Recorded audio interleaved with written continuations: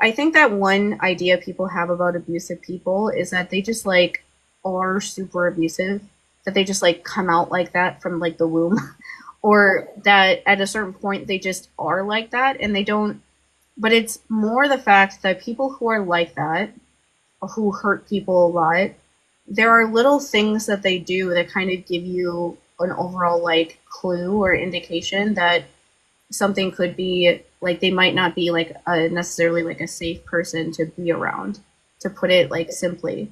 And it's never as easy as like huge things, but they are things that like when you think about it you go back and you're like, oh, like why did they do that? And so the thing about the scene with when Thalia was talking about what happened in the past, I know I've brought it up before, is that Luke blames it on Grover. I don't know.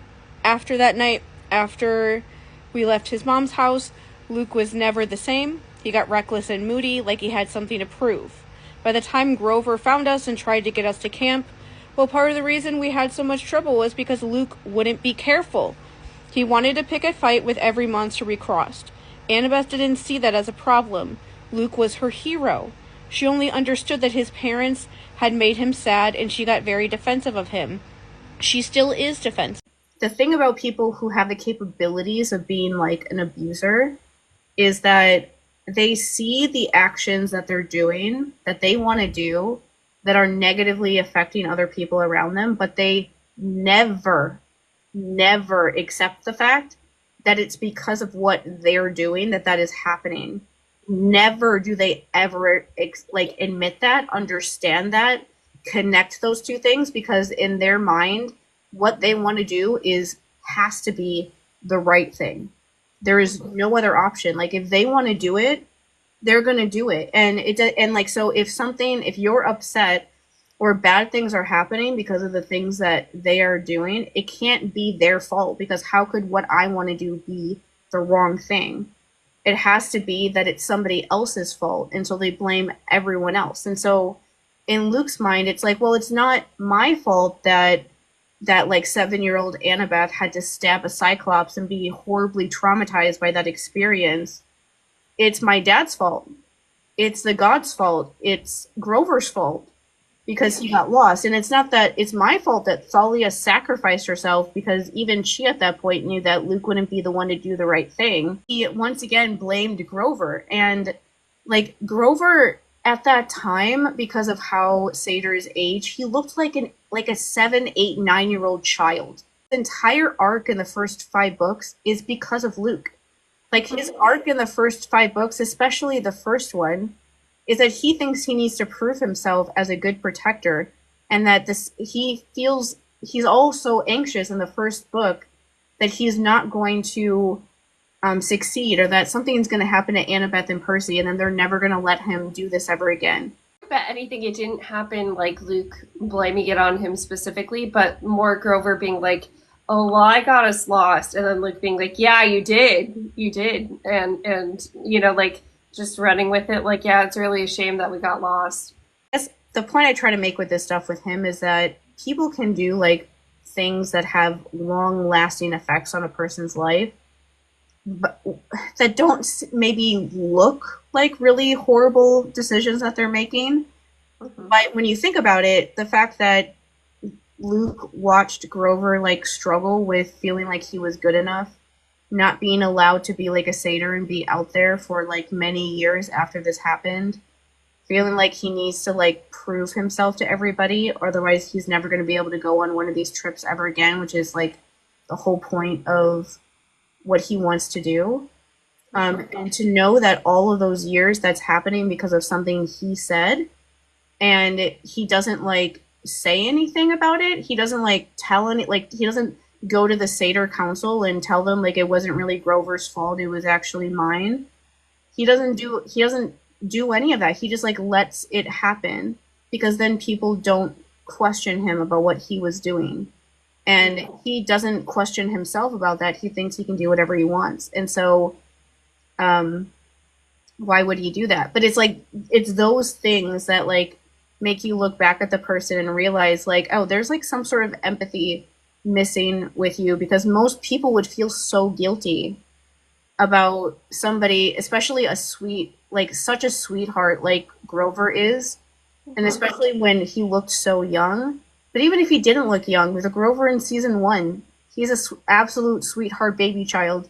Like the idea of blaming him for something that you did wrong, and just like letting him be his super empathetic self and just blame himself for everything when it was actually you. Like, it's a very easy choice to pick him because he would think that it was his fault and he wouldn't really fight you on it. And it's just that sort of an idea of like, he just doesn't accept that that it's anyone's fault. Like, he could never hold like any personal responsibility for anything that he ever does. And that's like the consistent thing as you go through the story, as things get more intense. I erased the planet on me. So when the shoes you gave me pulled me down into Tartarus, the bolt would be delivered right to Kronos. I didn't think you'd give him to Grover to wear. I am your friend. He's only apologizing because his friend almost got flung into hell in his place. And so he doesn't think that what he did was wrong. He just is sorry that he almost made it happen to the wrong person. Yeah. So that's like a big thing that he's not acknowledging about how horrible that is to do to a person. In the same way that when you get to Titan's Curse, he's trying to convince Thalia to be inhabited by Kronos and like take his place. And he's like, you have to save me from him. Please, Thalia, help me. And it's like, you did this, dude. Like, you tried to fling a 12-year-old baby child down into Tartarus by himself when he had no idea what he was doing. He didn't even know how to use your powers. You sent him down there so that Kronos would just inhabit his body and he would die. Yeah. And that didn't work because he was thankfully able to stop you from that ever happening.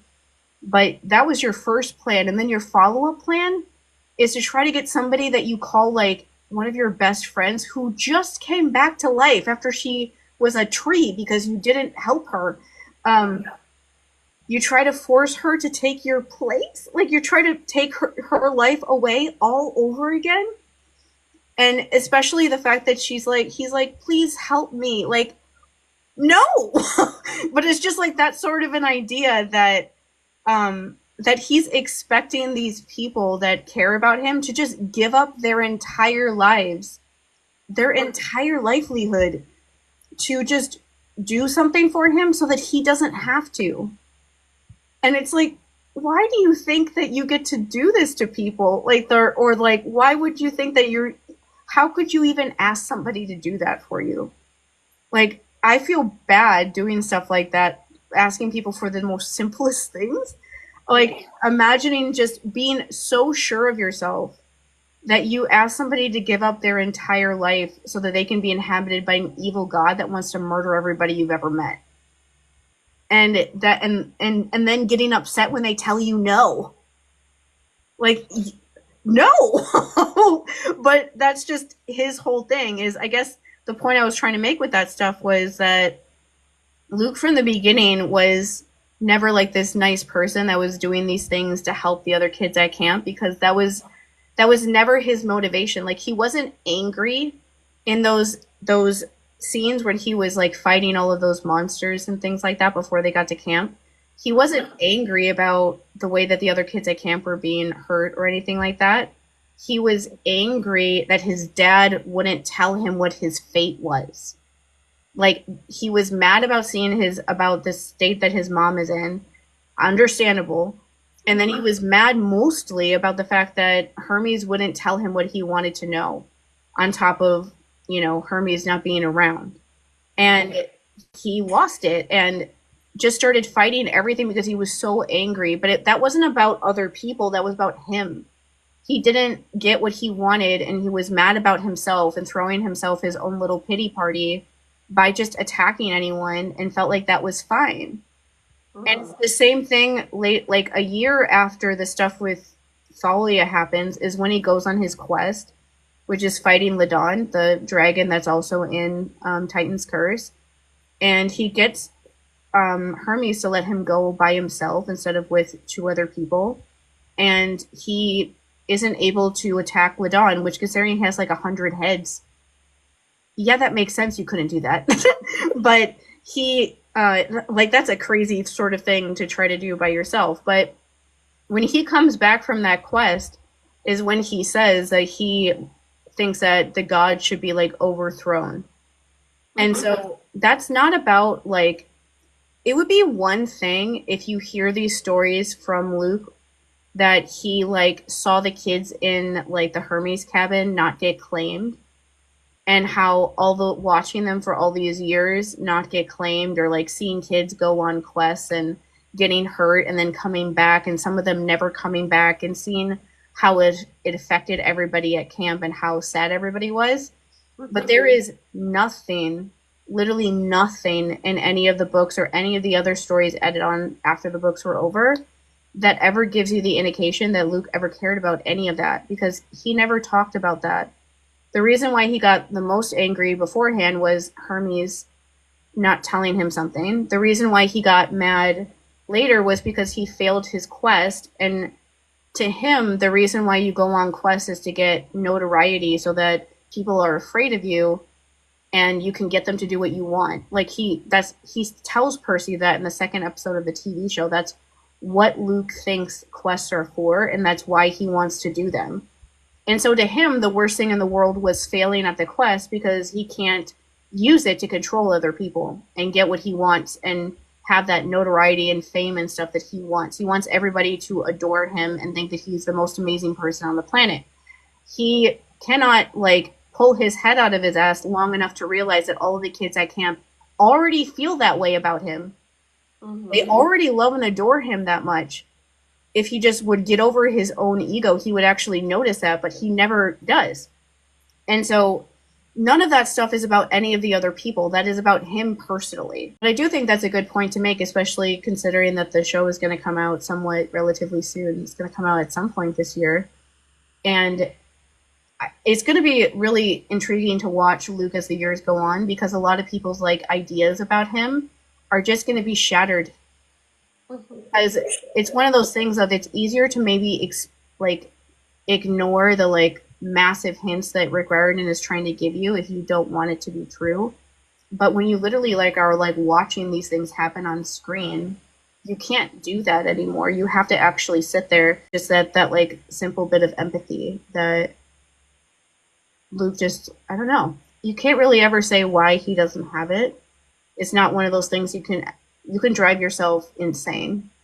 Don't do that. Trying to figure out why they just don't.